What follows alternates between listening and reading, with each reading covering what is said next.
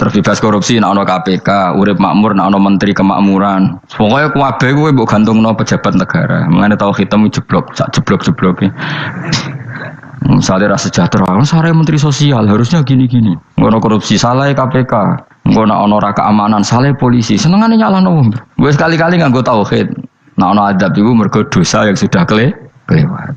Ya tapi kan gak mungkin ngomong bernegara gitu. Tapi atas nama iman bahasa kita seperti itu. Kalau atas nama bernegara emang kita butuh polisi, butuh tentara, butuh KPK.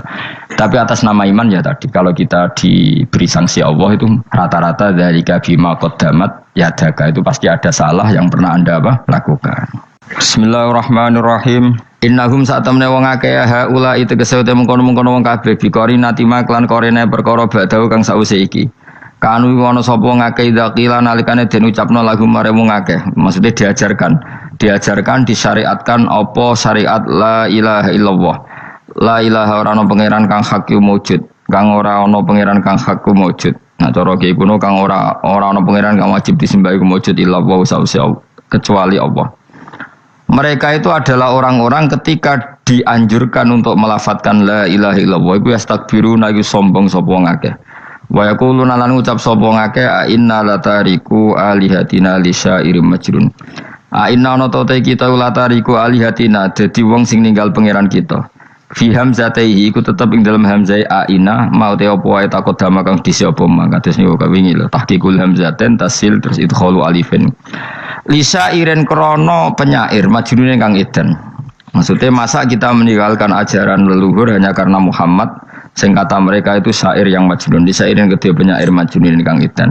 Eli ajli qouli Muhammadin tegese krana muk nuruti omongane Muhammad. Iki jare wong kafir. Qala ta'ala bal jaa bil haqqi wa saddaqal mursalin. Bal jaa bali teka sapa Muhammad bil haqqi kelan barang sing hak lawan barang sing nyata utawa kelan barang sing abadi. Wa saddaqal bener sapa Muhammad al mursalina ing wong sing diutus sedurunge Kanjeng Nabi Muhammad. Il jaina tegese ingkang teka kabeh bi iklan hak. Bahwa haqqu alla ilaha illallah ana pangeran kang hak wujud illallah kecuali Allah. Innakum ladzaiqul adzabil alim. Pun kula terangaken ya terus mulai napa wa qalu ya wailana hadza yaumuddin terus sekedap ini asyara bidzalika. Mun kula terangno kiamat iki, soal kiamat itu seru, serausan delok. Nggih, kiamat itu seru, serausan delok. Anjing ben kiamat itu semua orang dihisab, termasuk sampean-sampean bareng dihisab. Pertama sing dijaga jelas salat. Jadi kalau masalah ibadah mahdoh itu salat, nah masalah sosial itu asal tidak saling bunuh. Terus kula terangaken ya. Terus ngendikane Rasulullah sallallahu alaihi wasallam ngendikane la yazalul mar'u fi fushatin min dini malam yusib daman haroman. Bapak malah ya. La yazalul mar'u fi fushatin min dini malam yusib daman haroman. Seseorang itu boleh serilek-rileknya dalam beragama asal dia tidak punya masa lalu mengalirkan darah yang terhormat. Gamane cara Jawa ora tau mateni wong, ora tau mateni wong, ora tau mateni wong mukmin utawa ora oleh mateni wong sing muahad atau mustaman. Ya ada aturannya lah. Jadi kalau sampean urip ra tau mateni wong iku wis cara beragama iku rileks karena fifus satin mintin. Nah tentu mateni itu ada banyak sebab, diantaranya fatwa yang ekstrim. Sehingga ulama dulu itu senang guyon sampai keterusan saiki. Jadi kabeh wong alim khase sering guyon karena memang menghindari omongan penting. Kenapa? Karena sekali omongan penting ini kadang yu'addi ilal fatwa bitaqatul. Takutnya fatwa itu ekstrim, kemudian saling apa? Saling bunuh. Sehingga masyhur itu ada pepatah bahwa statement ulama atau kolamul ulama, penanya ulama itu ahaddu minas sayf, lebih tajam ketimbang apa? Pedang, karena bisa menimbulkan macam-macam. Sehingga dulu banyak ulama kalau bab jinayat itu sudah tidak mau baca bab jinayat. Jinayat itu karena ya takutnya fatwanya itu ekstrim. Ada beda zaman Nabi itu kan enak ya. Sing Kanjeng Nabi mesti bener ya. Musuhnya Abu Jahal CS mesti salah ya. Tukaran saiki wis gak seru. Tukaran mbek kowe repot. Masih aku musuh sampean ini soalnya bener sampean. Wong ora tau urip ora tau seneng mbok musuhi ku piye ngono dadi. Kan gak penak. Jajal misalnya kiai itu kan mbek santri, wong mesti kan normalnya bela kiai ini, mergo luwih alim luwih bener. Tapi kan cara pandang lha iya sing bener kok mau ngalah kan. Iso wae sing disalahno pangeran iku sing saiki wong tuwa tukaran mbek anak, kira-kira wong nyalahno sapa? Nyalahno wong tuane apa anake? Cara kowe dadi hakim. Wong tua kok wani anak, kualat ngono yo jagal lucu. Dene kan anak kok wani wong. Tapi wong tua kok wani anak, wong tua model opo? Terus anak wani wong tua ya anak model opo? Ya model milenial model. Tapi potensinya itu sama-sama salah. Sehingga ulama itu mulai dulu itu menghindari ngendikan penting itu menghindari karena ya tadi takut fatwa itu. Saya ulang lagi ya, jadi seseorang itu selonggar-longgarnya dalam beragama asal tidak pernah membunuh, tidak membunuh darah yang seharusnya tidak terbunuh. Terus kalau masalah ibadah itu Allah ngambilnya sholat. Awwalu ma yuhasabu bil mar'u napa? As-sholat. Pertama yang dihisab itu sholat. Jika sholatnya lolos, maka hisab yang lainnya napa? Ringan. Gempon ngoten. Terus ada hisab-hisab yang iku lho waca mungkin sampean iso ngantisipasi hisab. Nah, jadilah tazulu qadama Adam atau qadama ibni Adam yaumal qiyamah hatta yus'ala an arba'in. Pertama ditanyakan dari sifat mudanya, dihabiskan untuk apa, umurnya untuk apa, hartanya dari mana, setelah mendapat untuk apa. Terus wa an ilmihi madza amila bihi, terakhir setelah mendapat ilmu itu apa yang dia perbuat. Mulane ada orang tua ilmu tidak ditakoki wae pangeran ngerti apa takoki. Ilmu iso nglakoni, mboten gadah ilmu ya Gusti. Terus serepet sampeyan. Dunya mboten gadah dunya. Lha apa ning dunya nggih ngentosi mati sing aman niku. Aman apa? Sebab itu orang fakir itu masuk surga lebih cepat timbang orang kaya kacek pinten 500 tahun ketakoki. Dia apa mboten gadah napa-napa. Iso ngaji mboten. Jadi gak perlu pertanggungjawaban mereka nopo sekacau kan. Nah sementing kalau terang ngeten ya, ini penting rungokno. Mahsyar itu maknane iku nggon giringan. Terus kiai kuno maknane bayangno nggon mahsyar itu maknane tempat dihalonya semua manusia. Terus mauqif itu tempat diberhentikan, apa tempat diberhentikan. Terus di situ Anda innahum mas'ulun, mereka semuanya ditanya, dihisab.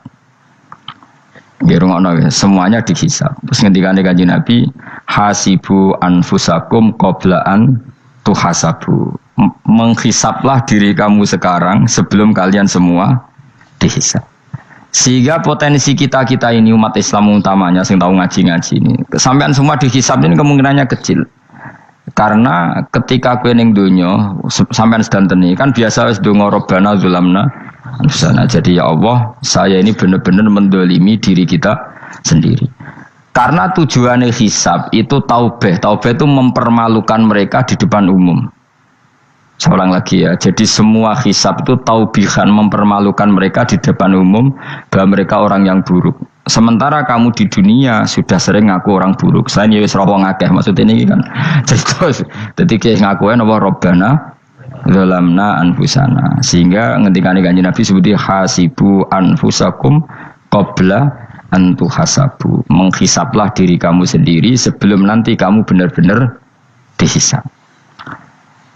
Sehingga umatnya Rasulullah itu kemungkinan kena hisab itu kecil sekali karena tadi sudah terbiasa menghisab dirinya sendiri. Apalagi kita, kata Rasulullah, saya dikasih hadiah yang para nabi sebelum saya enggak dikasih hadiah itu. Apa itu? 5 hal itu. Di antaranya apa? Kata Rasulullah, wa utitu khawatima suratil Baqarah. Saya dikasih terakhirnya surat Baqarah. Di surat Baqarah itu umatnya Nabi dapat bonus dan ini luar biasa, yaitu ayat Rabbana la tu'akhidna in nasina wa akhtana. Ya Allah, jangan hisab kami, jangan beri sanksi kami, jangan azab kami kalau suatu saat kita lupa atau salah.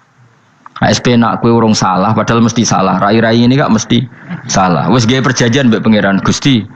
Ndamel perjanjian dong, ya apa? Setiap saat salah langsung sepuro. Mohon mboten usah istighfar malih, mohon niki mohon niku. Terus deal, sebagai deal ini. Lah itu ngendikane Kanjeng Nabi senyum-senyum senenge ra karuan. Dan setiap itu dibaca oleh umatku, Allah sudah jawab qala na'am.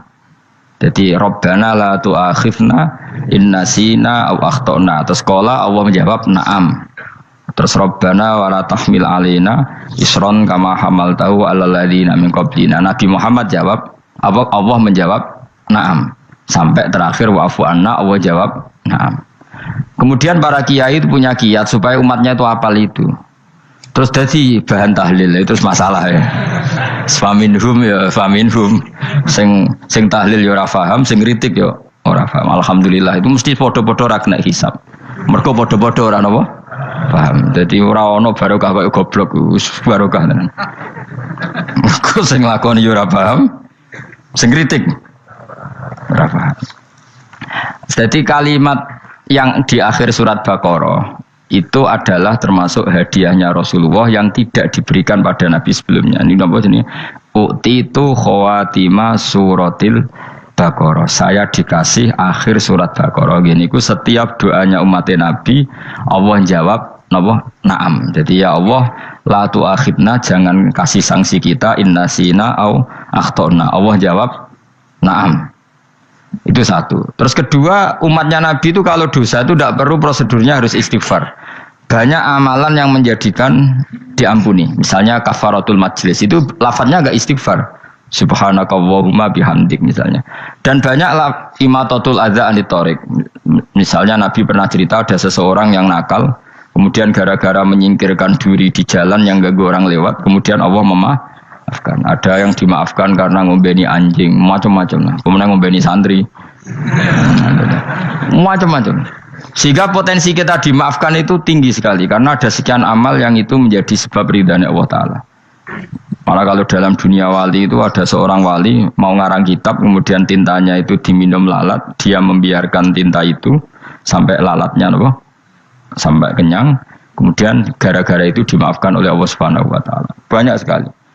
Sehingga potensi kita dimaafkan tinggi. Terus turus, dadi orang ngrasani wong enggak macam-macam lah. Iku ya insyaallah disepuro pangeran. Dadi ana wali, dadi wali mergo kakean apa? Turu ditakoki, "Kenapa kowe kok turu wong wali? Mboten siap roh donya, Gusti." "Kenapa? Donya wis rusak tok, patok mboten roh Gusti." Lah iku ya mari swarga napa? Ya swargane wong turu ya kira-kira tok. Tapi jadi umat Nabi itu luar biasa. Makanya saya yang heran nih, kalau ada orang alim bikin gerakan terlalu tenanan itu keliru. Biasa mawon. Turu ku ya ibadah, wae agar gak zina, gak maling, wae agar gak nglakoni dosa gede ini sanggep bae napa? Ibadah. Karena tadi Rabbana la tu'akhidna in nasina wa akhtana. Terus Allah jawab na'am. Sehingga kiai-kiai itu takut orang itu lupa, terus dimodifikasi sedemikian rupa jadi wiridan. Tapi alhamdulillah kok banyak yang kritik.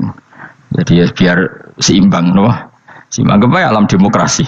Jadi kalau lagi kecewa abis kritik, mereka insya Allah rapati paham masalah usul ini. Karena satu-satunya cara supaya orang paham tuh pancen ya dijak latihan bareng-bareng. Gak ngono malah ra paham blas. Ya tapi tadi ya semua itu resiko. Zaman Nabi Sugeng ana ibadah sunat dilakoni terus, Nabi yo duka, kuwatire dianggap wajib.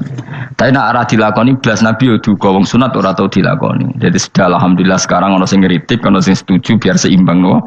Wong padha ora paham wae napa? Padha paham. Padahal makna ayat itu luar biasa. Rabbana la tu'akhidna in nasina wa akhtana. Terus kedua, Rabbana wala tahmil alaina isron kama hamaltahu 'alal ladzina min qablina. Ya Allah, jangan beri beban kami sebagaimana Engkau memberi beban kepada orang sebelum kami. Dulu itu kalau ada orang yang salah, itu harus dibunuh oleh orang yang tidak salah. Liyaqtulal bari'u minkum al-mujrima. Supaya yang tidak salah membunuh yang salah. Sehingga ketika umatnya Nabi Musa menyembah anak sapi, ijel itu, apa kata Allah? Fatubu ila bari'ikum faqtulu anfusakum. Kamu syaratnya tobat harus saling membunuh, yaitu orang yang terbebas dari dosa itu membunuh yang tidak dosa. Masyhur itu. Terus Allah mengirimkan mendung yang pekat, terus gelap. Ketika gelap itu yang al-bari yang enggak dosa mengeksekusi yang dosa. Sekarang kan enggak, paling tangkap KPK. Berarti penjara mulai suka sisa korupsi jake. Jadi penak lah pokoknya zaman akhir itu penak. Pemenang saya KPK ini mulai disoal jadi aman akhirnya. Sebut sing bener di aja nih ya sing bener ya pangeran. Misalnya rasa KPK lah nak takwa ya rasa korupsi. Kalau KPK dilemahkan nanti yang korupsi marah. Lah masih orang KPK lah nak di pangeran kan ya aman karena korupsi. Kowe aneh-aneh wae. Kowe wong mukmin kok bakas ngono. Kowe sementing iku nak kowe wedi pangeran kan ra usah polisi, ra usah KPK wis tetep ra usah dosa wong wedine mbek pangeran. Nah, kecuali ra usah pangeran ateis, lha iku masalah. Ya, tapi kan omongan ini gak populer, padahal bener. Nah, aneh. Jadi karep pemilu ngene, terbebas korupsi nek ana KPK, urip makmur nek ana menteri kemakmuran. Pokoke kabeh kowe mbok gantungno pejabat negara. Mengene tau hitam jeblok, sak jeblok-jebloke. Misalnya rasa sejahtera, saya menteri sosial harusnya gini-gini. Ngono korupsi salah KPK, ngono ono keamanan salah polisi. Senengane nyalahno wong. Gue sekali-kali nganggo tauhid. Nah ono adab itu mergo dosa yang sudah kelewat. Ya tapi kan gak mungkin ngomong bernegara gitu. Tapi atas nama iman bahasa kita seperti itu. Kalau atas nama bernegara emang kita butuh polisi, butuh tentara, butuh KPK. Tapi atas nama iman ya tadi kalau kita diberi sanksi Allah itu rata-rata dari bima qaddamat yadaka itu pasti ada salah yang pernah Anda lakukan. Ya, tapi sudahlah ini zaman sudah seperti ini. Anut umumnya wong akeh. Kalau terang nomale masalah hisab ya. Hasibu anfusakum qabla antu hasabu. Kamu menghisablah diri kamu sebelum kamu dihisab. Misalnya saya sebagai ulama, tentu hisab terberat saya itu kitmanul ilmi, menyembunyikan apa? Ilmu. Karena ilmu kalau disembunyikan tuh bahaya sekali. Bayangkan di alam fisik. Misalnya ada orang berkebutuhan pada kemaksiatan, terus di situ ditulis bar, karaoke misalnya. Orang bisa ke sana karena ada tulisannya, ada WA-nya, ada alamatnya. Kemudian ketika Anda bisa Fathul Qorib, tidak ada tulisannya. Harusnya Anda juga nulis ahli Fathul Qorib, ahli Fathul Mu'in, nah, atau ahli Jaljalut, tulis saja. Ahli Primbon. Enggak apa-apa, tulis saja. Penerus Ronggo Warsito, tulis saja. Zaman gendeng, nara melok gendeng, rakeduman, tulis saja. Tapi barokahnya tulisan itu kan orang bisa tahu. Makanya kenapa banyak orang sufi yang sudah menyembunyikan diri, wanaknya nakal-nakal. Karena dia disalahkan Allah, karena menyembunyikan ilmu. Saya itu orang yang senang tertutup, kecuali masalah ilmu. Saya mau mengajar terbuka seperti ini. Karena tadi, awal dari dikenalinya kemakrufan adalah dimaklumatkan. Awal dari dikenalinya keburukan juga karena dimaklumatkan. Betapa celakanya kalau kemungkaran dimaklumatkan sementara kebenaran tidak dimaklumatkan. Makanya Mbah Mun itu sampai berfatwa, Mbah Mun guru saya itu. Nak ono masjid ra ono menawarane Mbah Mun duka. Masjid kok ora ono menarane, wajib ono. Dulu saya iskal kenapa menara jadi wajib. Tapi setelah saya tambah angan-angan, secara fikih jelas tidak wajib. Tapi coba bayangkan, misalnya ada bar lampunya tinggi, orang dari jauh tahu itu bar, sehingga kalau mau maksiat misalnya ingin ke sana. Sekarang misalnya masjid gak ada menara, ada orang ingin sholat, ono masjid tahu orang. Tapi baru kayak ada menaranya kan, tahu.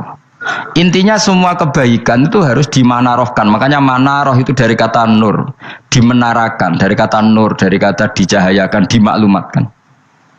Sehingga mulai dulu lama itu meskipun humul itu menyembunyikan diri. Tapi kalau masalah ilmu mereka membuka diri. Loh, coba kalau misalnya ngaji seperti saya ini, saya tidak terang-terangan jadi orang alim. Sebetulnya nggak baik. Kalau kamu ujub, sombong, aku orang alim itu tidak baik. Tapi kalau kita kan tidak, karena ujub tadi, harus memaklumatkan. Coba berapa bapak-bapak yang tertolong nyari bidan ketika istrinya hamil. Gara-gara tulisan, karena yang nolong itu bidan. Ya kan, dokter gigi. Atau kalau nggak dokter, ya ahli gigi.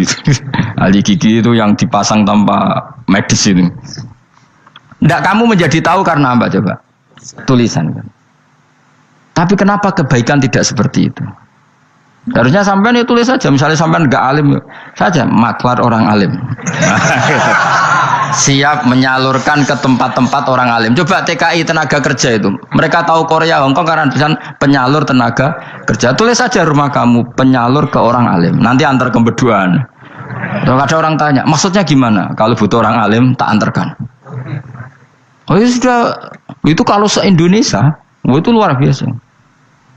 Jadi yang ngajinya dulu Fathul Qorib sampai bab sholat itu saja ahli Fathul Qorib sampai bab sholat.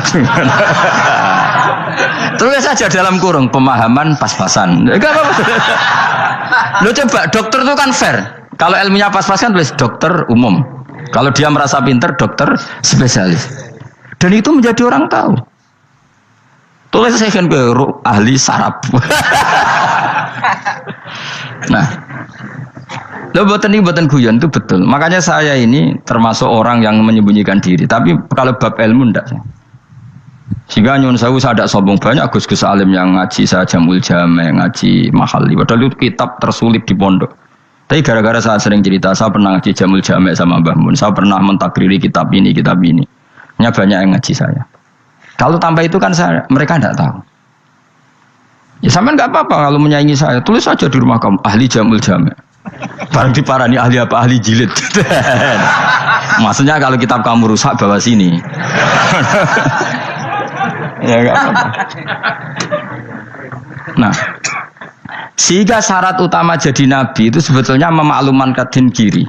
Ya saya ulang lagi. Pertama nabi jadi nabi syaratnya apa? Memaklumatkan. Sehingga pertama beliau jadi nabi naik gunung Sofa, kemudian ya maksara Quraisyin halummu ilayya, wahai orang Quraisy kesini.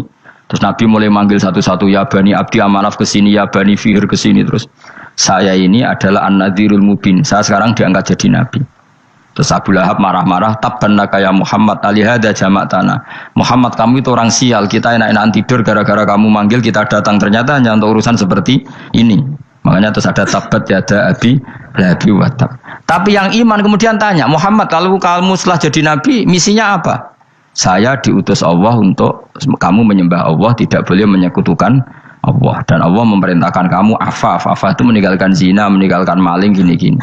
Coba kalau nabi tidak memaklumatkan diri, jadi nabi seklunak-klunus, ketemu wong monggo nggih. Ada temu dia nggih. Sing ngerti nak nabi ku sapa sih?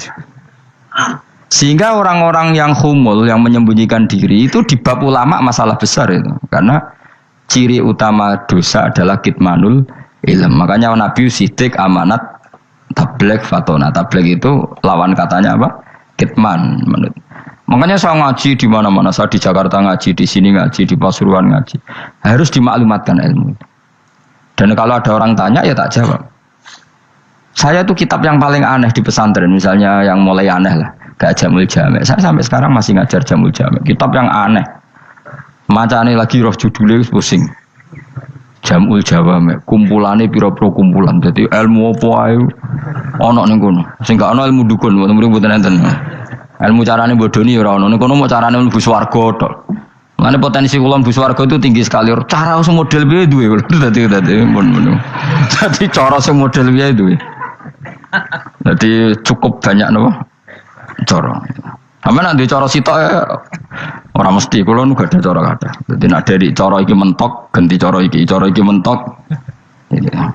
Ya terakhir paling gampang ku cara nganggo fadhole pangeran. Iku kena mbok tiru. Pokoke mbok swarga nganggo fadhole pangeran. Masalah utama kita sebetulnya itu. Makanya saya tidak pati cocok sama orang sufi itu. Kebenaran itu harus dimaklumatkan. Sementara orang sufi itu ingin menyembunyikan diri. Itu kalau untuk yang alim itu tidak bagus. Wong kita saja tahu itu dokter atau bidan karena tulisan. Ini bidan, ini dokter. Dan mereka jujur, dokter umum, dokter spesialis. Loh, coba misalnya di kota, kamu tulis saja penyalur kebaikan. Orang yang ingin mondok, pondok pilihannya ada, Sarang ada, Pelosok, Lirboyo. Kalau saya ke sana gimana? Saya kenal Gusnya. Tak anter. Wan keren, juga ada penyalur. Kalau orang bisa tersalurkan ke Korea, ke Korut, ke Jepang karena tulisan, kenapa tidak banyak orang tersalur kebaikan karena tulisan? Enggak orang mau kelunak orang jelas. Meskipun nanti ditawari orang, mesti dulu sih ahli takrib, mesti wong guyu, ahli Fathul Qorib sampai bab sholat.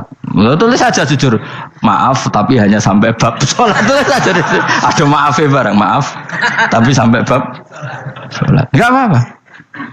Paling untuk wong sowan, larian mau doa jenengan 2 tahun. Tapi ini bodohnya mau 3 bulan, mulai ngaji ini dok bab sholat. Enggak apa-apa. Itu dulu memang begitu. Rasulullah zaman Sugeng itu kalau ngajari santrinya itu balighu anni walau ayah, maklumatkan ke kampung kamu meskipun satu ayat. Banyak sahabat kalau ditanya ya tidak bisa karena ngajinya tidak hatam. Tapi ya terus gak apa-apa, kok tak soal Abu Bakar, tak soal Umar, ditanyakan yang lebih pintar.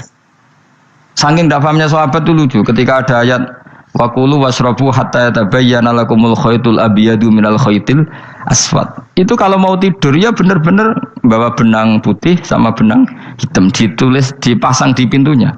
Jadi kalau makan diinceng lagi, kok masih belum kelihatan, wah masih boleh makan itu. Terus begitu. Kalau sudah mulai syuruk, mulai padang, wah berarti sudah imsak. Jadi karena makanlah dan minumlah sampai benang hitam terbedakan dari benang putih. Artinya kalau malam kan dulu kan nggak ada listrik, nggak ada lampu, berarti kalau benar-benar masih malam nggak terlihat, berarti masih boleh makan. Nanti terus dilihat gitu. Terus, ya sudah wakafnya di situ. Hatta yatabayyana lakumul khaytul abyadu minal khaytil aswad. Wakaf dulu. Terus akhirnya Kanjeng Nabi itu piye kok umatku dadi masangi benang ini. Akhirnya Jibril teko. Ini makanya unik dalam ulumul Quran. Satu-satunya ayat yang diturunkan hanya satu kata itu ya ayat itu tok. Terus Jibril datang, Muhammad ayatnya itu kurang sitok. Minal fajr. Terus ditambahi minal fajr. Jadi minal fajr itu unik. Ada Jibril jauh-jauh dari langit. Iku mau nurun apa? Minal fajr. Makanya kalau kamu nanti dites, kalau ingin jadi dokter tafsir dites, ada satu kalimat yang diturunkan jauh-jauh Jibril ke bumi. Apa kalimat itu? Jawabannya minal fajr. Wis alim yakin alim. Memang ikut tak? Masa ikut? Mereka gara-gara sahabat itu terus masangi apa? Benang ngincang. Akhirnya minal fajr. Baru mereka tahu maksud fajar, maksud apa? Benang hitam artinya malam, benang putih artinya fajar. Sodik sudah menyingsing. Semenjak itu sudah ada benang-benangan karena jadi orang-orang ngono mat maksudnya iki cek kurang sithik terus turun apa? Minal fajar ya. Jadi nanti kalau sampean latihan tes jadi dokter apa? Tafsir. Ayat mana yang diturunkan hanya satu kalimat atau satu kata jawab apa? Minal fajar. Itu lolos langsung dokter. Pun pinter. Ya pinter ngerpek maksudnya orang tinggal. Lah nanti hubungan kita dengan Allah ya seperti itu. Sejauh mana kita memaklumatkan Allah, sejauh mana kita mengkampanyakan Allah. Saya berkali-kali bilang, saya kemarin kan di Korea itu sebetulnya saya yakin hanya doa saya sering berdoa, ya Allah Engkau dipuji di langit dan di bumi. Lalu kalau di bumi ateis itu caranya kayak apa? Dulu saya itu terobati karena Uni Soviet setelah persemakmuran banyak menjadi negara Islam. Berarti itu bukti bahwa Allah pun dipuji di bumi Uni Soviet. Lalu yang kayak Korea kayak apa? Ternyata betul Koreanya tetap ateis, tapi gara-gara diserbu wong Indonesia. 49.000 wong Indonesia ning Korea Selatan. Iku mbok gawe sing salat separuh, iku cek pira? 24, kira-kira ya digawe 20.000. Ku 20.000 salat kabeh, tahlilan kabeh surwame. Lah kok sing ngritik tahlil muni sunah Rasul tok wis rame. Wis rame lah walhasil. Itu tahlilan wah itu enggak ada hadisnya. Gak apa-apa sing penting muni hadis sing sitok tahlil muni hadis ya ibadah, tahlil ya ibadah. Mbok lah soal kok bener ding totalan guri sing penting rame. Maksudnya sementing rame ngomong visi Islam. Itu Islam tahlil sitok Islam sunnah Rasul gak masalah. Wong ape yakin bener saiki ya ora ono klarifikasi. Tapi sementing kan kabeh ngomong tentang Islam. Artinya gini, Allah punya cara untuk supaya bumi Korea itu ada yang bertasbih bersujud. Mil'us samawati wa mil'ul. Allah tidak kurang cara. Golek wong kedonyan ditawarik ke sana demi uang. Bareng wis ning kono dielingno pangeran. Segawe masjid, kontrak masjid macam-macam lah, masjid kontrakan ning Korea. Nang kene ra ono masjid.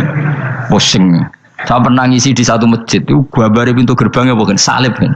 Ternyata tingkat 1 itu gereja, tingkat 2 bar, tingkat 3 masjid. Kadang ya kebalikan, masjid, bar, gereja. Satu gedung. Jadi malaikat saya tidak tahu lewatnya gimana itu. Saya nggak tahu itu cara lewat gimana. Karena malaikat bagian rahmat itu nggak bisa dia lewat salib. Tapi dia harus menulis ganjaran yang sholat. Nggak tahu saya lewatnya dari mana karena itu.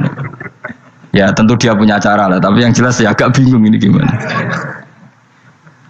Itu pernah yang tingkat 2 itu bar pas aktif. Ada santri yang ya pekerja imannya pas-pasan. Kalau nanti wis badhe Jumatan, mlebu bar pas aktif wae wong ayu.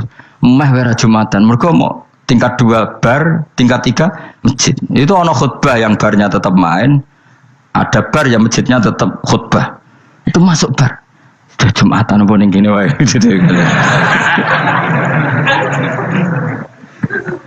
Akhirnya ya di situ beberapa menit terus ada komat Jumatan. Aduh. Dosa ta ragus ngene. Ya aku muni. Ya segelem Jumatan wae apik. Wong sedhi dilakoni kok takok dosa ta ragus.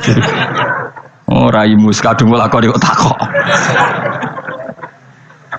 Artinya gini, Allah punya cara untuk menyebarkan Islam di Korea. Sama seperti Allah punya cara untuk menyebarkan Islam apa? Di Indonesia. Dulu orang Gujarat, Punjab, ya sejarah ini menurut saya ya tetap sebagiannya benar. Meskipun tidak seluruhnya benarnya sejarah Islam masuk Indonesia rata-rata orang kan menulis pedagang Gujarat India ke Indonesia dagang karena mereka mukmin akhirnya juga menyebarkan apa? Islam. Tapi itu jelas nyata. Meskipun tidak semuanya seperti itu karena ada yang dibawa Yusuf Baros itu yang muridnya Sayyidina Ali itu. Terus juga ada yang dibawa beberapa habaib dari Yaman langsung ke Indonesia kayak yang di daerah Tuban itu kan langsung habib-habib dari Samarkand langsung ke mana?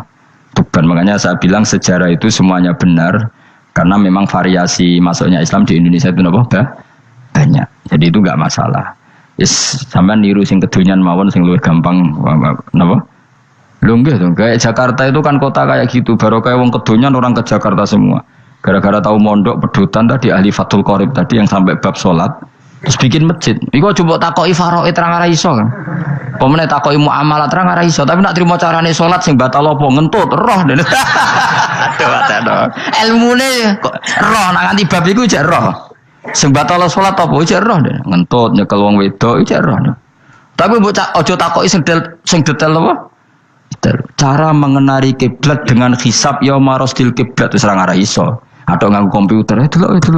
Nganggo jam nganggo kompas. Padahal ana ilmune yauma rasdil apa? Kiblat. Di bulan tertentu, hari tertentu itu nanti matahari tepat di atas Ka'bah. Ora iso nek ngono niku ora iso. Ya saya ulang lagi ya. Jadi kesalahan kita adalah kebenaran itu kita sembunyikan. Padahal awal dikenalnya Islam itu lewat i'lam, fasda bima tu'maru. Kebenaran harus dimaklumat. Tapi problemnya Islam Indonesia tuh kadang humul tuh bangga. Enggak dikenal orang itu bangga gini. Oke lah, kalau yang enggak, saya sendiri ya suka humul. Sampai sekarang saya suka humul. Saya sampai sekarang enggak suka tamu. Bukan karena benci tamu, ribet. Maksud saya kalau sowan kiai ya ngaji saja, ora usah sowan. Oh ribet. Ya lucu kan, seneng Gus Bak jare wong alim. Terus senenge mau sowan tok ngaji ra gelem iku piye karepe? Wong kok aneh. Iku berarti kok karo kowe seneng dokter, konsultasi obat ra gelem tapi ngajak jagongan. Dok, jenengan tiyang pundi? Jenengan manggen dalem mriki mulai tahun pinten? Lah ya kowe takok dokter kemalan. Mesti nek kowe takok laram apa, obate apa kok malah kenalan. Pindah Jogja tahun pinten, Dok? Dan jenengan kawin mriki tahun pinten? Lha wong jare Gus Bae wong alim kok sowan ngono. Jenengan kelahiran tahun pinten, Gus? Zaman dinosaurus. Wong alim kok takoki lahire iku piye karepe? Susah tak gak takok pisan matiku kapan to. Coba betapa naifnya kita kalau kita suka dokter, terus kemudian kamu takok, Dok, kelahiran tahun pinten jenengan? Aneh gak? Nak kowe seneng dokter mergo mau konsultasi berobat ya ngomong saja apa yang kamu butuhkan. Nak kowe seneng wong alim yo ngaji titik. Nah kowe misalnya seneng artis, delok konser artisnya takok kelahiran tahun piro. Gak penting artis ayu mbok delok seneng wis sudah gitu aja. Ora wong alim yo ngono ngaji seneng. Yang kadang wong Jawa lucu, seneng wong alim sowan terus takok-takok. Maneh iku dudu obat ngono, yakin ngono. Maksudnya bu sing profesional, maksudnya sing rontok bener sidik lah, jadi wong aja bener nemen-nemen gak mungkin, wis pokoknya bener sidik-sidik. Makanya kemarin ngaji apa Nasoih Libat kan gitu, mujalah satu ulama artinya apa? Fi majlisil ilm ketika ngaji, ora kok mujalah satu ulama utawa sowan matekno wong ngene nyetet tuh. Kulo termasuk kiai yang kampanye ini. Soalnya termasuk kiai terkenal tapi sing tamu kulo rapati kathah. Iku jaga masyaallah tenan wis. Muga-muga rodok tobat sithik-sithik maksudnya. Maksudnya ya sudah lah. Ya tadi hubungan wong alim ya sudah ngaji. Kalau hubungan sama dokter ya tanya konsultasi apa? Medis. Kan lebih enak. Hubungan mbek dukun wis takok wis. Mbah niki menyangking pundi. Kok jenengan dermemel nglafadzno apa sing kalimate sing jelas kena apa nak dermemel mandi nak jelas kok ora mandi ku piye takono aku yo guru pun mbek dukun wong kalimate ra jelas kok mandi nak jelas gak mandi kok nak jelas kita bodoh ini ayo guru mantra iku mesti gak wae rungokno tenanan kalimate terus ra jelas dukun-dukun dulu. Ya kok mandi, nak jelas malah mandi. Mandine tenan ora ya ora. Ya saya ulang lagi ya. Jadi sebab itu di Quran sering ada kata i'lamu, kenalilah, ketahuilah. Jadi awal dari agama ini adalah harus tahu. Maka menyangkut harus tahu ini lalu Allah bikin media. Media itu apa saja. Tapi lalu kita bisa berdebat tentang media, itu yang kita tidak tahu nanti hisabnya di depan Allah Subhanahu wa taala. Saya sampai sekarang itu nggak tahu, nggak pernah bilang halal, nggak pernah bilang haram. Misalnya gini ya buat ini dengerin ya. Di Korea ini sering teman-teman cerita. Ada beberapa majikan yang baik sama umat Islam, yang bekerja Muslim. Itu kalau dipamiti sholat kan, Pak majikan saya mau sholat. Sholat itu apa? Mereka bilang dengan bahasa analogi di Korea, pokoknya sholat itu sembahyang. Ketika sholat itu ditanya sama orang Korea, loh kamu itu sembahyang kok tidak ada patungnya? Karena pengetahuan mereka yang namanya sembahyang itu ada patungnya. Ada yang baik, apa sekalian tak belikin patung? Jadi wong Islam pas sholat tuh didelok ngarepe dhuwure kok gak ono patung. Ono sing ape sujud tuh digambarno salib. Mergo dekne denger-denger kalau karena tidak tahu Islam itu apa. Sementing ada personifikasi Tuhan. Ada lagi ini yang agak ngeri. Ada pegawai Garuda karena dia agak terpelajar waktu sholat dia sholat sama krunya di mall. Itu langsung security mall nelpon polisi. Ini ada ritual teroris gitu. Jadi sholat itu dianggap mukadimah sebelum ngebom. Jadi ritual. Pertanyaannya adalah karena mereka tidak pernah ngerti sholat itu kayak apa. Dan kadang-kadang orang ngerti bahwa sholat itu adalah ritual umat Islam itu lewat media. Media itu bisa berita, bisa dokumenter, bisa apa saja. Kita tidak pernah tahu cara Allah mengertikan. Seperti kita tidak pernah tahu madzhab Mu'tazilah, tahunya itu dari kitab-kitab ahli sunnah wal jamaah. Coba kita semua misalnya tahu madzhab yang aneh, Mu'tazilah, Jabariyah, Qadariyah, itu dari kitab mereka apa dari kitab ahli sunnah? Dari kitab ahli sunnah. Maka bisa saja informasi keburukan itu dari orang baik dan informasi kebaikan dari orang buruk. Kita tidak pernah tahu. Karena ini yang bisa ngelola hanya Allah Subhanahu wa taala. Tidak bisa, kita tidak bisa, hanya Allah yang bisa. Maka perdebatan Ahmad bin Hambal dengan Haris al-Muhasibi itu seperti itu. Misalnya gini, tak kiri contoh. Haris al-Muhasibi itu orang alim alama. Dia ahli sunnah mandat, pokoknya ahli sunnah sekali.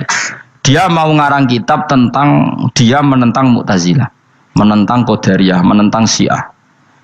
Terus setelah mau ngarang kitab, ditanya sama Imam Ahmad, ya Haris, kalau kamu ngeritik Mu'tazilah, awalnya gimana caranya kalau ngarang kitab? Ya saya cerita pendapat mereka dulu, lalu saya saya tentang. Imam Ahmad guyu-guyu. Bukankah setelah kamu cerita mazhab mereka plus argumentasi mereka, jangan-jangan pembacanya sudah tertarik. Pas kamu nentang, kamu sudah dianggap gawe-gawe. Karena kadung tertarik. Saya tak contoh wae, misalnya gini, kowe sekarang rasa bareng dadi wong soleh biasa wae. Aku ana gambar wong wedok montok tak tulis, hindari ini. Kira-kira dia mau hindari apa gambare? Enggak jawab ya, kira-kira lho. Sing mbok nikmati kata hindari apa? Sing mbok eling-eling kalimat hindari apa gambare? Kira-kira. Padahal tulisannya apa? Hindari bahaya ini. Bahaya ndi terus didelok. Terus sing dieling-eling ora hindarine tapi sama. Pendapat Mu'tazilah itu ada yang menarik. Misalnya gini, menurut Mu'tazilah, seseorang masuk neraka ya karena amalnya, masuk surga ya karena amalnya. Apa artinya kalau masuk surga karena fadl Allah? Lalu gunanya amal apa? Mungkin pembaca kan tuh, wah ini proporsional ini. Gak ada ahli sunnah, jadi bus warga mereka fadl pangeran. Kok enak? Lalu gunanya amal apa? Padahal dia tahu pendapat Mu'tazilah itu dari kitab itu, kitabnya orang ahli sunnah. Gak pernah tahu kita. Ya saya ulang lagi, itu kan ibarat kayak KUHP. Kamu baca KUHP draft, terus kamu cocok. Kamu mesti nyalahkan yang demo. Atau baca buku selebaran orang demo, kan terserah kamu. Kamu kan punya akal, kan tetap milih. Tetap milih. Problemnya kata Imam Ahmad itu, ketika kamu menceritakan pendapat Mu'tazilah, bisa-bisa orang itu kadung tertarik. Ketika mulai kamu tentang, orang itu gak tertarik sama penentangan kamu. Berarti kamu ikut menyebarkan Mu'tazilah. Sama seperti tadi, gambar perempuan yang agak jorok tadi sebetulnya tak tulisi kata hindari. Padahal Ruhin gak tahu eling wong wedok gara-gara tak kei gambar hindari bahaya ini malah jadi eling. Ora eling tulisane eling. Nah, hakikat saya ini penyebar kata hindari apa penyebar gambar itu? Coba. Lalu status saya ini pengedar gambar itu apa pengedar kata hindari? Ya mengedarkan kata hindari tapi yang mengedarkan. Nah sama sekarang pertanyaannya, kalau kamu ngarang kitab anti Mu'tazilah itu sebenarnya pengedar mazhab Mu'tazilah apa penentang? Ya pengedar juga karena umat tahu dari kitab kamu. Dong toh? Lah ya mulane udah diperdebatan, kok kaya iya kaya ora. Juga tuh gale gini misalnya. Kamu jangan milih presiden yang dari militer, itu pasti keras, tegas, terus kaku. Ternyata pembaca itu wataknya militer. Lu cari yang begini, pusing kan kamu. Agak suka presiden sipil, nggak tegas. Padahal kamu nulis itu untuk menggiring orang milih presiden. Jangan milih yang militer, pasti tegas, nggak demokratis, nggak nerima pendapat. Ternyata pembacanya suka saya punya pemimpin yang tegas. Habis kamu kan? Yang tahu hati orang itu siapa? Makanya ketika kitab ahli sunnah dipenuhi dengan cerita-cerita mazhab Mu'tazilah, itu sebetulnya kamu itu pengedar apa penentang? Itu pertanyaan Ahmad bin. Akhirnya Imam Haris Al-Muhasibi bilang gini, enggak maksud jenengan itu ngelarang apa dukung. Pokoknya mergo mangkel. Dari Imam Haris, yo aku pokoknya ngomong ngono ae pokoknya. Terus akhirnya Imam Yus nah ngoten kita arahnya jenengan mboten sedo ngarang. Makanya Haris Al-Muhasibi akhirnya enggak mengarang kitab itu. Dia sebenarnya pernah rencana Kitabul Firaq fil Islam. Dia mau ngarang kitab kelompok-kelompok dalam Islam. Ya coba mau apa coba? Misalnya kamu bela tahlil, nasibnya juga seperti itu. Hujahnya tahlil, ini. Terus hujahnya penentang tahlil. Yang bisa mengendalikan pikiran pembaca siapa? Ternyata dia tertarik sama pikiran penentang. Lucunya yang menceritakan kamu. Pengagum tahlil kan tidak pernah tahu. Mana nak cari ceritanya Mbah Mun itu lucu. Mbah Mun itu mondok Lirboyo itu di Bandar Kidul akeh wong ayu. Itu dulu babanya Mbah Mun itu ada yang suka orang sana sampai nikah orang sana juga pulang ke sarang. Itu diantara mbah-mbahnya Mbah Mun. Suka perempuan sana terus nikah sana nggak pernah pulang ke sarang. Nah, Mbah Mun itu lahir dari adiknya, pokoknya dari keluarga, dari saudara yang nggak pernah pulang dari Bandar. Diwasiati mun nak mondok ujo geman dolan ning Bandar Kidul. Kah akeh wong ayu. Akhirnya malah penasaran. Justru kalimat itu yang menjadikan maksudnya aku ajune nganti sepiro kok nganti mbahku katut kan malah akhirnya penasaran. Lare kata Mbah Mun tak angen-angen bener Imam Ahmad bin Hambal. Maksudnya itu kalimat itu pancen ribet. Kalimat itu ribet pancen. Coba milih mana coba? Jong ojo geman moro pasar opo lah nang daerah kono. Ono opo? Bahaya kan. Gara-gara kamu melafatkan itu malah orang penasaran. Di sana ada bareng delok ning kono yo nak terus mulai tak ora. Nah, makanya pertanyaannya, pengarang buku juga kena hisab karena sebetulnya apa yang dia tentang orang lain menjadi tahu karena ceritanya dia. Coba kamu ngarang kitab saja yang anti Syiah atau anti Mu'tazilah atau anti Murji'ah atau anti otoritarian, mesti pembaca itu nggak bisa kamu kendalikan. Nah, itu juga rawan hisab, makanya berat. Pokoknya walatus aluna yauma idzin anin naim. Semua itu nanti dimintai tanggung jawab oleh Allah Subhanahu wa taala. Karena kita tidak pernah tahu. Akhirnya Haris Al-Muhasibi gak ngarang kitab. Imam Ahmad itu tidak punya karangan kecuali riwayat Musnadu Ahmad bin Hambal. Kalau ada 14 juz. Dia tidak punya karangan. Ketika ditanya, saya takut membuat hal baru dalam Islam. Karena karangan itu kan mesti melogikakan hukum. Sementara Allah tuh kadang nggak butuh dijustifikasi seperti itu. Jadi cara kitab usul fikih ini, sama tak bedai. Mungkin nggak Allah menyuruh kamu ngangkat gunung Merapi tanpa alat? Nggak, jawab saja. Latihan pinter. Mungkin nggak Allah menyuruh kamu disuruh ngangkat gunung Merapi? Mungkin nggak? Mungkin apa enggak? Itu ulama usul fikih berdebat. Ada mengatakan tidak mungkin. Karena Allah tidak akan memerintahkan sesuatu yang tidak dimampui mukhatab, yang tidak dimampui manusia. Masuk akal. Kaul kedua mengatakan mungkin, butuhnya Allah itu mau wong muni yo tok nurut. Senajan to gak mungkin. Ayo Hen, Gunung Merapi angkat Hen. Nggih Gusti, siap. Langsung melayu mara. Muwi Allah wis seneng wah nurut aja iki. Tapi ya kemungkinan cek goblok ora takok sik. Kita kan tidak pernah tahu, makanya ulama ini debat. Kira-kira nak Hen Gunung Merapi angkat. Potensinya kan dua, kowe langsung melayu apa ngangkat. Potensinya kan kok goblok kayak ngono ora takok. Bicarane kok. Tapi ya mungkin dilembek pangeran. Cek nuruti ora paham-paham lah melayu. Ki milih ndi? Status sing ngene iki nurut apa goblok? Jawab, nurut apa goblok? Ya nurut goblok. Ya coba ngono lah. Kita tidak pernah tahu. Mulane tetap pada akhirnya kita itu wain adri. Kita tidak pernah tahu. Tapi kita tahu bahwa semua ada hikmahnya. Makanya kadang orang alim itu bilang saya alim, kadang bilang saya tidak tahu. Maksudnya kita tahu Allah memerintahkan pasti ada hikmahnya, tapi kita tidak tahu maksudnya apa. Ya sudah seperti ini. Akhirnya dunia ya sudah seperti ini. Ya kadang ngerti, kadang nggak ngerti. Ya sudah biasa ya. Kalau kita tak tahu sesuk iso urip to orang. Mungkin jawab sih.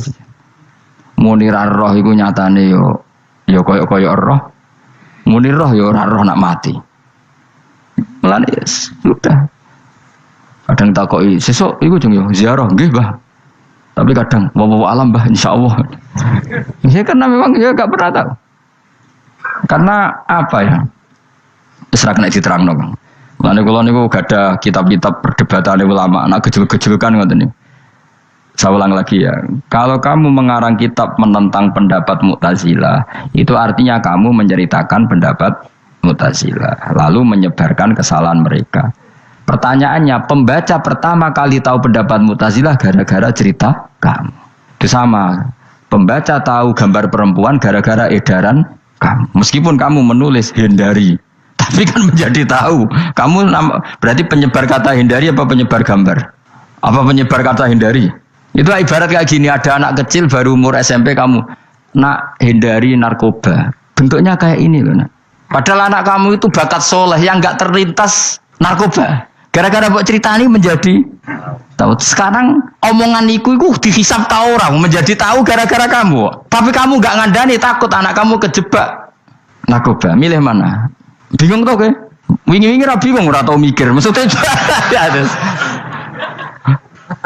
Kamu ya gumun, wong ora tau mikir ya urip. Jadi ya sudah. Enggak angel pancen urip ya angel. Emane ngaji, bener ngaji. Ngaji minal fajr. Minal fajr.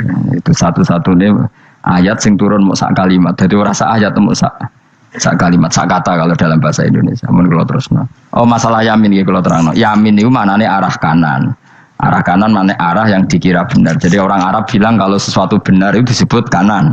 Mulane ashabul yamin. Tapi kalau orang salah disebut ashabus simal. Jadi sebetulnya itu bahasa-bahasa ya memang bahasa Arab seperti itu. Partai kanan berarti benar. Kalau partai kiri salah. Tapi sekarang katanya ada wasatiyah, tengah-tengah. Ya saya malah bingung tengah ning ndi. Tapi nah istilah Al-Qur'an itu jelas ada yamin, ada simal. Tapi kalau wasat itu bahasa sosial, tapi ya sah, bahasa itu juga sah. Wong napa sebut ini ummatan wasatol litakunu syuhada apa? Wa kadzalika ja'alnakum ummatan wasatol. Mun kula terusno. Jadi arah kanan itu maknanya apa? Arah yang benar. Makanya disebut ashabul yamin. Kalau salah disebut ashabus simal. Innakum ladzaikul adzabil alim. Innakum satamne sira kabeh. Fihi tetep dawu, fihi ku tetep ing dalam dawu innakum. Iltifatun teono iltifat. Iltifat iku ngerubah redaksi. Mau kan tentang hum itu dhamir ghaib, tapi sekarang jadi dhamir mukhatab. Ladzaikul adzabil alim. Yektine wong kang bakal nyeksani, bakal ngrasakno siksa sing pedih. Wa mutzawana lan ora den wales sira kabeh ilama kecuali perkara illa jazaa kecuali wales perkara kuntum kang ana sira kabeh tak malu nang nglakoni sira kabeh illa ibadah wahil mukhlasin kecuali kaulane Allah sing ikhlas. Jadi semua orang itu akan kena siksa kecuali kaulane Allah sing napa ikhlas. Sing ikhlas pokoke enak-enak ibadah ikhlas mun nang ngandel kula ibadah paling nyaman ikhlas mulang ya mulang ae mergo perintah Allah. Cek murid temrohae guru cek ora ben sak karep-karepe pokoke mulang ya mulang ae. Sekolah nih, pokoknya mulang-mulang aja. Cek roh aku ora urusan, pokoknya mulang guys. Boleh ridane Allah, sebenarnya akhirat rakakan hisab ribet mikir manusia ribet. Pemane mikir hak-hakmu ribet. Turuti ora tau warak, seripot kabeh. Ben ngono, dunya ben ngono. Nah, dhewe mesti dianggep ae urip sedina-sedina. Sing ngomong bayangno urip suwi kuwi sapa? Wa amali akhiratika ka annaka tamutu. Hoten. Lan kula nek di 200.000 tak anggap wage. Urip nganti sesuk dhuwit 200.000 cak aki. Tapi bayangno dhuwit akeh, bayangno urip nganti 20 tahun. Sing ngongkon bayangno ngono iku ya sapa? Jelas Nabi dawuh wa amal li akhiratika ka annaka tamutu hoten. Kamu ngamal untuk akhirat seakan-akan mati be. Jadi misalnya aku digedingi wong sak menaki, digedingi mok sewengi enteng sesuk wis mati wae. Jebule cek urip. Ya anggap ae cek sesuk. Kan mok sedina-sedina ngitunge apa? Mulane anggere ana panitia ngundang aku pengajian pusing. Aja mbok undang saiki aku mari bingung. Pokoke nek sesuk acara bengi aku kandhani. Mboten Gus ben ana kepastian. Kepastian mbahmu ora melok duwe donya men kepastian men. Wong ora tau ngaji tauhid to men. Pas ya coba 2 bulan lagi disuruh bilang iya ben ana kepas. Sing iso ngatur donya sapa? Akhirnya tapi ini ben ana kepastian mbahmu manusa sing iso nontonno sapa. Pokoke nek acarane Senin, aku kandhani malam Senin, aku ana ya iso wae lunga. Gampang kan? Tapi kan jantungan. Akhirnya golek kiai serep. Alhamdulillah ra sido. Terus kula ngaji teng mriki wis pokoke umume iku akhir bulan wis ngono tok santai wis. Ya biasa wae. Ya pokoke urip ku anggap ae sedina wa amal li akhiratika ka annaka tamutu. Dan jadi misalnya damuk bojo ya ndang mesti no. Sesuk wis mati apa. Boleh sesuk jauh urip diwamuk meneh. Paling sedina. Wis sedina mati, yes. Engko suwe-suwe ra aman apa? Aman. Aman. Wani urip ngono. Jare daftar wali, tau warai ngono ora. Ikhlas ki ngoten carane ki salat ben nyaman. Ngendikane Rasulullah, "Sholli ka annaka sholatu muwaddi'in." Kowe nek pengen salat ikhlas, anggap bae iku salat sing terakhir dan kenangan terbaik kamu di dunia adalah tahu salat, tahu sujud. Juga salat tuh happy. Ya Allah ini sujud saat terakhir, ini rukuk saat terakhir. Seneng dadi salat. Salat kok ora. Sewante engko salat meneh. Sewante akhirnya awur-awuran. Lah nek ora dadi wali-wali aku kroso Kang, nek dadi wali ngono ambune. Kita ora ngono ambune semboyo. Maksudnya ora usah wali-wali papan atas, sing ringan-ringan ae, sementing bener. Jadi syarat wali wa amal li akhiratika ka annaka tamutu dan beramallah untuk akhirat kamu seakan-akan kamu mati. Bisa. Jadi misalnya diutang, tapi sahur jangan utang sahur nggak boleh sembrono. Contohnya aja utang, aja nak utang bahaya. Enak kan? Jadi kayak di masalah berat ya enteng. Mau urip mau napa? Sedina. Apa menen aku luwe wali meneh, orang nganti sesuk malah. Setiap saat aku iso mati. Berarti nanti masalah kan lep sedilu. Cuma masalahnya kowe permanen, bar mati tambah neraka. Lha kok aja sampe.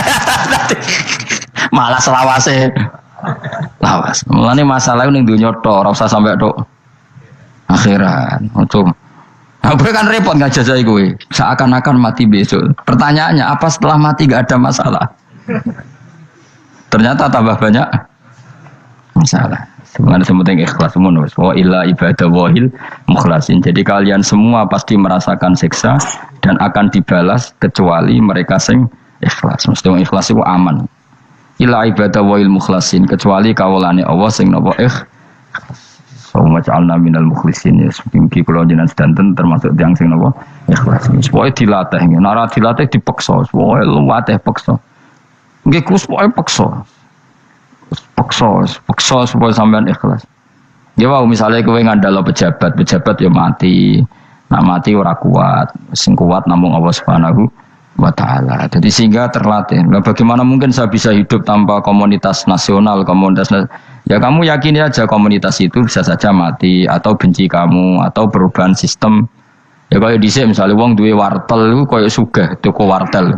Bareng ono HP gitu tuntas. Dulu misalnya wong duwe telepon rumah itu koyo sugih ono HP ya tuntas. Jadi perubahan-perubahan ini menjadikan kita tidak percaya terhadap dunia ini. Mesti ora iktimat, ora tetanggenan be dunia ini. Yang enggak pernah berubah hanya Allah Subhanahu wa taala. Misalnya ngono, kowe sayang anak, iso wae anakmu sampean gedeng kowe aja katut bojo. Kowe sayang tangga iso wae gedeng kowe.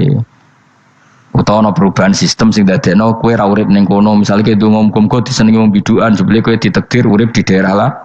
Enggak pernah tahu. Sing mesti abadi namung Allah Subhanahu wa taala. Semulane illa ibadah wahil mukhlasin. Kecuali kaula-kaulane Allah sing mengikhlaskan amal hanya krana Allah Subhanahu wa taala. Ail mukminina tegese pira-pira mukmin. Uti dawe iki istisna mungkotion kang terputus. Dzikra jazaahum. Utawa ngene, dzikru jazaihim utawi nutur piwalese para al-mukhlisin fi qouli ta'ala ulaika lahum rizqum ma'lum. Ulaika te mungkon-mungkon sing ikhlas lahum tetep kedhe ulaika fil jannah rizqun utawi rezeki ma'lumun kang wis ditentokno bukrotan ing lembek besok wa asyan waktu sore. Rupane rezeki apa fawakihu iku pira-pira buah-buahan badalun dadi badal au bayanun utawa menjelasno rezeki maring rezeki. Bahwa tekang aran fakihah utawa utawi arisku merupa fawakih ma perkara. Yuk kalau kang den pangan apa mata lagu dan krono enak-enakan lali fifdi sihatin. Ora kok krono jaga kesehatan. Jadi ning swarga iku mok sifate pakanane mung go enak-enakan tok, ora ana makanan pokok. Mergo makanan pokok kowe mangan beras ning Indonesia kan go ketahanan fisik. Sementara di surga tidak perlu ketahanan karena dijamin fisik kamu abadi. Paham, bisa ulang lagi ya. Kalau di dunia kan kayak butuh mangan pokok supaya mempertahankan fisik. Karena fisik kamu rawan rusak kalau tidak makan makanan pokok. Sementara di surga fisik kamu tidak mungkin rusak sehingga tidak perlu makanan sing pokok. Kabeh sifatnya makanan mau gue enak-enakan tok. Ora perlu lali hifdzi